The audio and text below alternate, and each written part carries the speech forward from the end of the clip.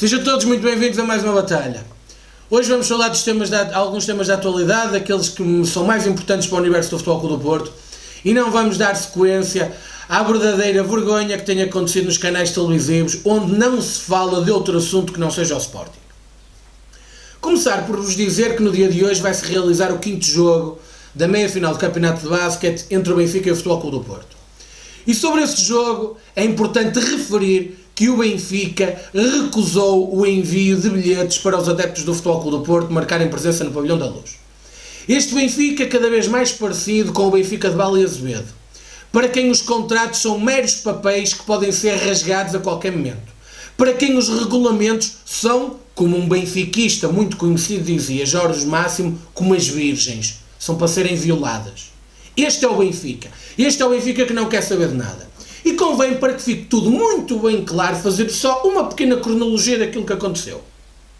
É que no passado domingo, logo após a vitória do Futebol Clube do Porto no jogo 4, logo aí foi enviado um e-mail para o Benfica a pedir a lotação, a 20% da lotação, que é aquilo a que o clube visitante tem direito pelo artigo 42.41.2 do Regulamento de Normas da Liga Portuguesa de Basquetebol.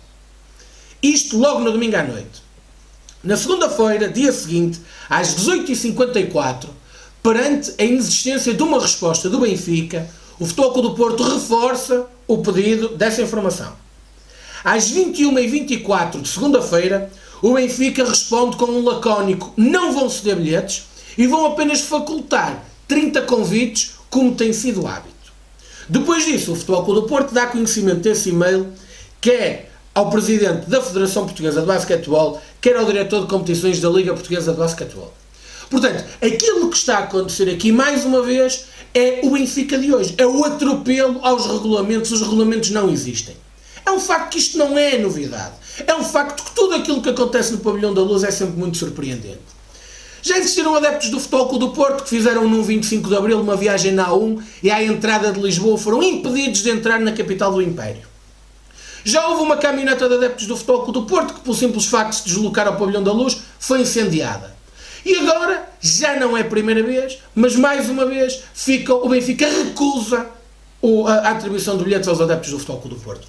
É uma vergonha e nós esperamos que as instâncias produzam algum tipo de efeito, aplicam algum tipo de multa, ou então isto fica à revelia da ideia de cada um. Recordo que, por exemplo, o Benfica, no último Benfica Futebol Clube do Porto em futebol, de forma absolutamente despropositada, impediu que os bombos e o megafone dos Super Dragões entrassem no Estádio da Luz. Tanto o Benfica faz o que quer, o Benfica continua impune perante tudo aquilo que quer e muito bem lhe apetece, é um Estado dentro de outro Estado. Mas depois vêm sempre com o discurso da pacificação, o discurso da defesa da indústria do desporto, aliás, conforme vem sendo o hábito e conforme nós vamos vendo que isto é o verdadeiro. Olha para o que eu digo, não olhes para o que eu faço. Os casos são mais comuns. Por exemplo, ainda hoje temos uma primeira página do Jornal Notícias a falar sobre buscas que aconteceram no Estádio da Luz no âmbito de fraude fiscal e de branqueamento.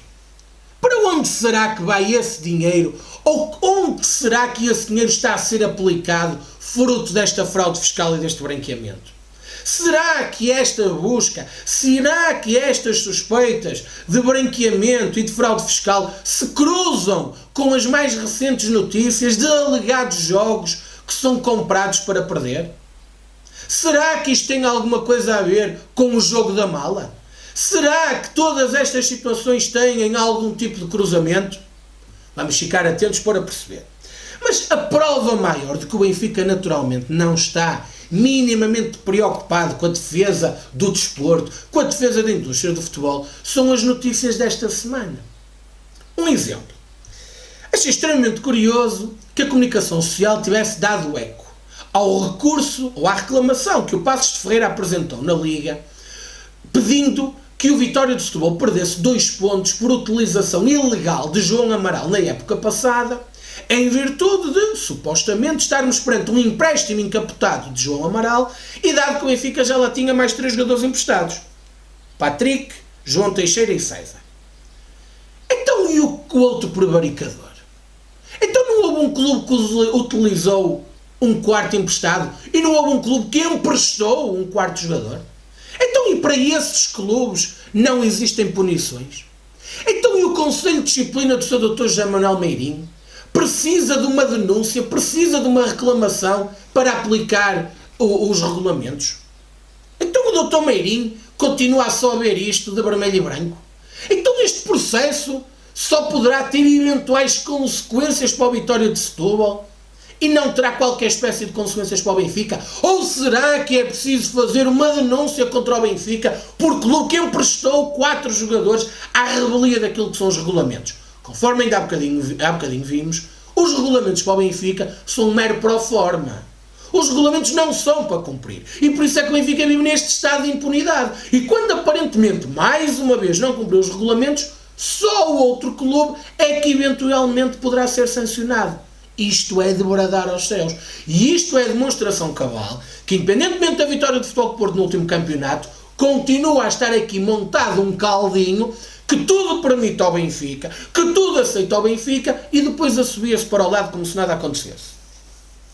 Outro exemplo de seriedade, outro exemplo de transparência foi a denúncia anónima que existiu relativamente ao árbitro Manuel Mota, em que alegadamente, no ano de 2013, o Futebol Clube do Porto lhe teria oferecido um BMW.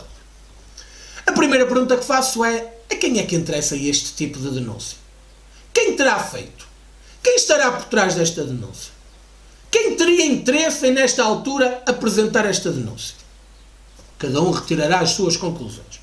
Agora, aquilo que eu acho extraordinário é que, relativamente ao ser árbitro Manuel Mota, um benfiquista indefectível, um benfiquista que ainda no último Famalicão Santa Clara da Segunda Liga, na reunião de preparação para o jogo e na presença de todas as instâncias, polícia, bombeiros, delegados da Liga, os clubes intervenientes, de uma forma absolutamente despropositada, referenciou o seu benfiquismo. Manuel Mota, o tal indefectível benfiquista, que a regressar da Madeira na companhia de Jorge Ferreira, veio a beber champanhe dentro do avião perante a estupefação da comitiva de Moreirense e Arouca. E recordo que nenhuma destas duas situações que eu aqui denunciei até ao momento alguém teve a coragem de dizer que são mentira. Mas este tal árbitro, este tal Manuel Mota, em 2003 tinha 26 anos. Iniciou a primeira categoria na época 2010-2011, ou seja, 7 anos depois da alegada oferta do Futebol Clube do Porto. Portanto, é óbvio que esta é meramente uma tentativa de desviar atenções e de criar ruído. Portanto, a credibilidade que é dada a isto é nenhuma, ou, pelo contrário, até demonstra quem é que está por trás disto. 15 anos depois vi falar disto, de facto, só ao nível de mentecaptos, só ao nível de desesperados, de gente que precisa de criar factos. Mas, portanto, relativamente a isto até nem se pode dar muito crédito. Agora, há uma coisa que eu quero questionar. Então, e onde é que anda o Sr. Presidente da APAF? Onde é que anda o Sr. Presidente Luciano Gonçalves, que perante ser colocado em causa a honorabilidade do seu associado, não abre a boca? Então, o Luciano Gonçalves, sempre tão diligente a defender a classe, sempre tão diligente a defender aqueles que eram acusados como padres, que curiosamente tínhamos, ou temos em Manuel Mota, um desses padres, no e-mail de Adão Mendes para Pedro Guerra. Então onde é que anda o Luciano Gonçalves? Está nas calendas gregas? Está de férias? Ou tem mais um passeio de velhinhos? Isto é uma vergonha, e estes senhores não têm vergonha. Mas a vergonha maior, como é evidente, na semana passada foi relativamente à reportagem da SIC por alegado jogo comprado para perder por parte do Benfica em relação a alguns jogadores do Marítimo. É evidente que os factos que ali são relatados são graves e essencialmente precisam de ser investigados. Nenhum de nós vai dizer se aquilo é verdade, se é mentira, se passou rigorosamente assim ou não. Portanto, se existem indícios, eles têm que ser investigados. Pergunto eu, passará pela cabeça de alguém que se queira fazer daquilo do nada? Acho difícil. Mas isso já é um trabalho que não me compete a mim, compete à Judiciária. Agora, aquilo que eu sei é que são já vários os jogos em que existe investigação sobre a alegada compra desses mesmos jogos pelo Benfica. Marítimo Benfica, Rio Ave Benfica e outros. Sublinho. E outros. Mas o mais curioso é que o Benfica vem sempre com a mesma ladainha. É de que foi o próprio Benfica que pediu uma investigação aos seus jogos. Estes senhores de facto julgam que nós somos todos malucos e comemos todos lados com a testa. Mas em algum país, em alguma sociedade credível, uma investigação é pedida por alguém? Não, a justiça é que entende se há ou não condições, se existem ou não indícios para se efetuar uma investigação. Não é o Benfica que diz, olha, eu quero que 156 jogos sejam investigados. Senão, então, nós para entupirmos a justiça, o que é que fazíamos? Pedíamos para todos os jogos serem investigados. E então a justiça não podia naturalmente investigar aqueles casos onde existem indícios. Portanto, o Benfica cria aqui uma manobra de diversão para o grande público, cria aqui uma tese de que pede para que os seus jogos sejam investigados, porque são muito sérios, e isto é tudo uma falácia, porque, como é evidente, nenhuma instituição, não há Ministério Público algum que vai investigar a pedido do Benfica os seus 156 jogos. Portanto, tudo isto é mais uma vergonha que o Benfica tenta criar, tudo isto é mais uma verdade alternativa que o Benfica tenta criar. Mas depois, como naturalmente não são capazes de contrariar factos com factos, e aquilo que verificamos ali foram factos, e o Benfica não tem factos para conseguir contrapor, o que é que faz? Tenta descredibilizar. E de que forma tenta descredibilizar? Vai ao ridículo de utilizar uma página que não é oficial do Marítimo, uma página de Facebook, para justificar uma alegada reação do Marítimo que não existiu. Depois tenta descredibilizar a própria reportagem, dizendo que aquilo não eram os jogadores, eram atores. Eu gostava de alertar para um facto que se calhar os senhores não repararam. No canto superior direito dizia reconstituição. Uma reconstituição significa que estão em causa pessoas que não se reportam aos factos. Se eles não sabem isso, se eles não percebem isso, algo de estranho existe. E algo de estranho existe. Porque não compreender que os jogadores não fossem dar a cara numa televisão para aquilo é fazer de conta que apenas no caso Cashwall é que se compreende que um alegado corruptor vá dar a cara. Um alegado corruptor, que naturalmente terá que ser detido, é que dá a cara. Essa é que é a situação normal. Essa é que é a situação natural. Mas uma coisa vos digo, meus amigos, vocês não se preocupem com os atores nem com as reconstituições. A PJ chega lá. A PJ, não se preocupem, a Unidade de Combate à Corrupção da Polícia Judiciária chega lá os verdadeiros, não se preocupem com os atores. Agora não tentem é criar verdades alternativas sobre a realidade factual das coisas. E o curioso é que agora pede-se uma investigação muito célere.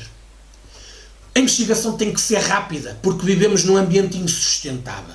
A Justiça tem que dar resposta imediata a todas estas dúvidas para que o próximo campeonato possa começar em paz e sossego. Desculpem lá.